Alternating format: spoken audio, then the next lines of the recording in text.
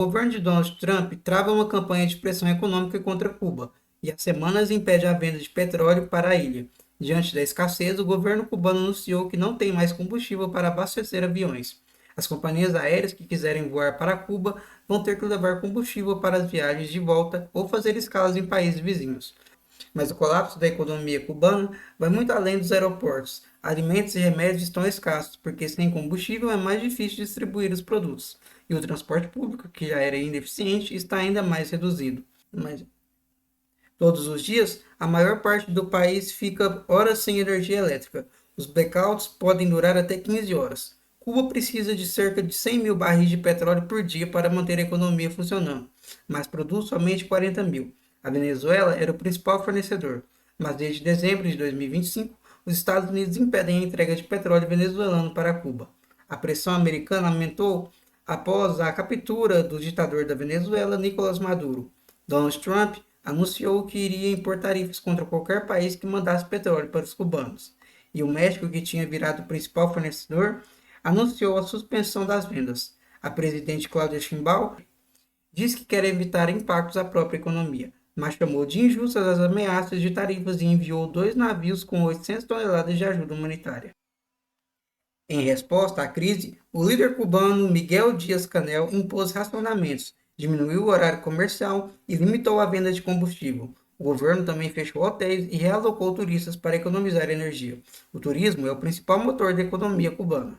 Donald Trump já repetiu várias vezes que Cuba é uma nação falida e vem disparando uma série de ameaças.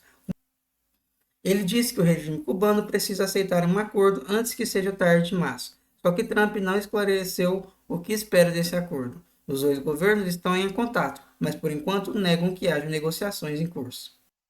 Então, pessoal, como a gente já viu, Cuba é uma ditadura socialista desde 1959, quando Fidel Castro e Che Guevara fizeram a Revolução Cubana em Cuba e transformaram o país em um país socialista, com uma economia socialista.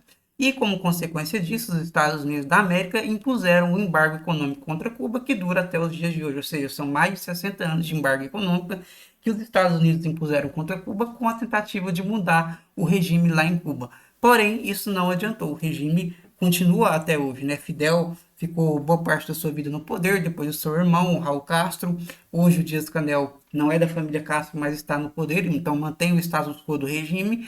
E agora Trump, ele utiliza, né, isso como uma tática para estrangular ainda mais a economia cubana com o interesse de derrubar o regime cubano.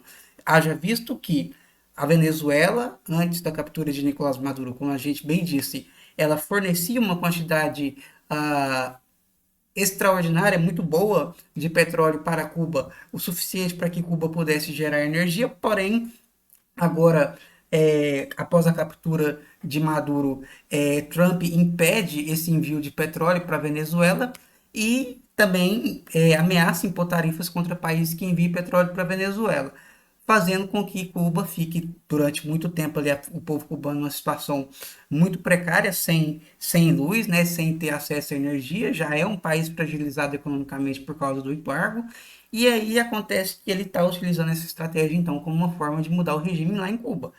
Porém, a gente precisa entender que o embargo econômico feito pelos Estados Unidos lá em 1959, que parecia ser a grande solução para derrubar o regime cubano, não adiantou, não surtiu efeito. O Trump ele está tentando utilizar uma estratégia semelhante. Mas e aí, você acha que ele vai conseguir derrubar o regime cubano? Ou permanecerá o regime da mesma forma, assim como Cuba sempre permaneceu firme? Deixe sua opinião nos comentários, curta, compartilhe, se inscreva no canal e até o próximo vídeo, se Deus quiser.